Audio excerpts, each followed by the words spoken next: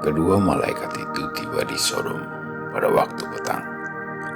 Lot sedang duduk di pintu gerbang Sodom, dan ketika melihat mereka, bangunlah ia menyongsong mereka, lalu sujud dengan mukanya sampai ke tanah, serta berkata, "Tuhan, Tuhan, silakanlah singgah ke rumah hamba-Mu ini. Bermalamlah di sini dan basuhlah kakimu. Maka besok pagi Tuhan boleh melanjutkan perjalanannya." Jawab mereka, "Tidak, kami akan bermalam di tanah lapang."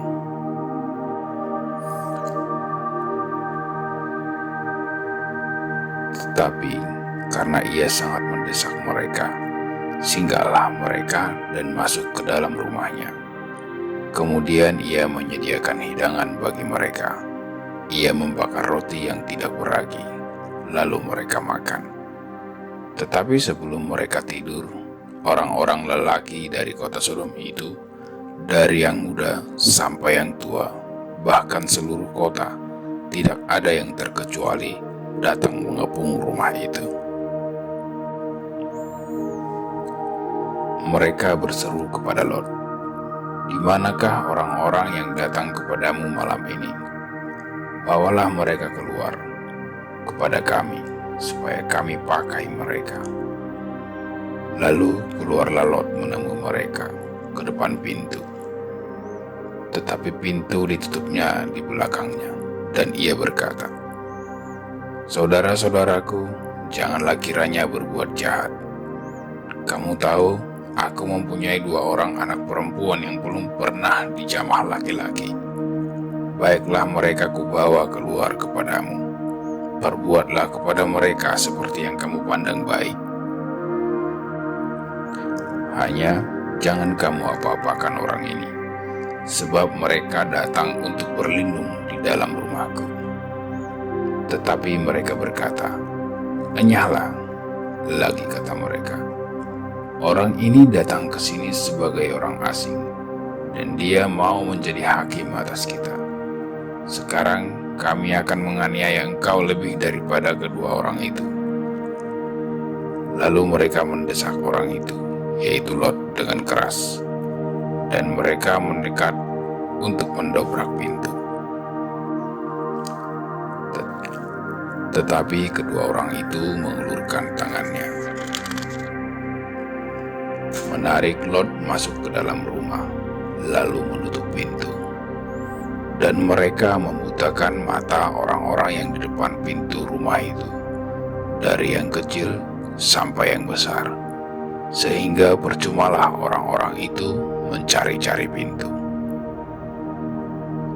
Lalu kedua orang itu berkata kepada Lot, "Siapakah kaummu yang ada di sini lagi? Menantu atau anakmu laki-laki, anakmu perempuan, atau siapa saja kaummu di kota ini?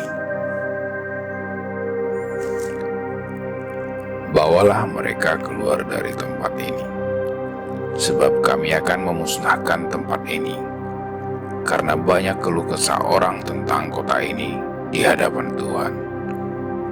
Sebab itulah Tuhan mengutus kami untuk memusnahkannya." Keluarlah Lot, lalu berbicara dengan kedua bakal menantunya, yang akan kawin dengan kedua anaknya perempuan. Katanya, "Bangunlah, keluarlah dari tempat ini, sebab Tuhan akan memusnahkan kota ini." Tetapi ia dipandang oleh kedua bakal menantunya itu sebagai orang yang berolok-olok saja. Ketika fajar telah menyingsing, kedua malaikat itu mendesak Lot supaya bergerak. Katanya, "Bangunlah, bawalah istrimu dan kedua anakmu yang ada di sini, supaya engkau jangan mati lenyap karena kedurjanaan kota ini." Ketika ia berlambat-lambat, maka tangannya, tangan istri, dan tangan kedua anaknya dipegang oleh kedua orang itu, sebab Tuhan hendak mengasihani dia. Lalu kedua orang itu menuntunnya keluar kota dan melepaskannya di sana. Sesudah kedua orang itu menuntun mereka sampai keluar, berkatalah seorang, "Larilah, selamatkanlah nyawamu, janganlah menoleh ke belakang, dan janganlah berhenti dimanapun juga di lembah Yordan. Larilah ke pegunungan supaya engkau jangan mati lenyap. Kata Lot kepada mereka, "Janganlah kiranya demikian, Tuanku. Sungguhlah hambamu ini telah dikaruniai belas kasihan di hadapanmu, dan tuanku telah berbuat kemurahan besar kepadaku dengan memelihara hidupku. Tetapi jika aku harus lari ke pegunungan, pastilah aku akan tersusul oleh bencana itu, sehingga matilah aku. Sungguhlah kota yang di saat itu cukup dekat kiranya untuk lari ke sana. Kota itu kecil, izinkanlah kiranya aku lari ke sana. Bukankah kota itu kecil? Jika demikian, nyawaku akan terpelihara." Sahut malaikat itu kepadanya, "Baiklah, dalam hal ini pun permintaanmu akan kuterima dengan baik, yakni kota yang telah kau sebut itu tidak akan kutunggang balikan. Cepatlah, larilah ke sana, sebab aku tidak dapat berbuat apa-apa sebelum kau sampai ke sana." Itulah sebabnya nama kota itu disebut Zoar. Matahari telah terbit menyinari bumi ketika Lot tiba di Zoar. Kemudian Tuhan menurunkan hujan belerang dan api atas Sodom dan Gomora, berasal dari Tuhan dari langit, dan ditunggang balikannya lah kota-kota itu dan lembah Yordan dan semua penduduk kota-kota serta tumbuh-tumbuhan di Taah. Tetapi istri Lot yang berjalan mengikutnya menoleh ke belakang, lalu menjadi tiang garam. Ketika Abraham pagi-pagi pergi ke tempat ia berdiri di hadapan Tuhan itu, dan memandang ke arah Sodom dan Gomora, serta ke seluruh tanah lembah Yordan, maka dilihatnya lah asap dari bumi membumbung ke atas, sebagai asap dari dapur peleburan. Demikianlah pada waktu Allah memusnahkan kota-kota di lembah Yordan dan menunggang balikan kota-kota kediaman Lot. Maka Allah ingat kepada Abraham, lalu dikeluarkannya lah Lot dari tengah-tengah tempat yang ditunggang balikan itu. Pergilah Lot dari Zoar, dan ia menetap bersama-sama dengan kedua anaknya perempuan di pegunungan, sebab ia tidak berani tinggal di Zoar. Maka diamlah ia dalam suatu gua beserta kedua anaknya. Kata kakaknya kepada adiknya, "Ayah kita telah tua, dan tidak ada laki-laki di negeri ini yang dapat menghampiri kita, seperti kebiasaan seluruh bumi. Marilah kita beri ayah kita minum anggur, lalu kita tidur dengan dia, supaya kita menyambung keturunan dari ayah kita."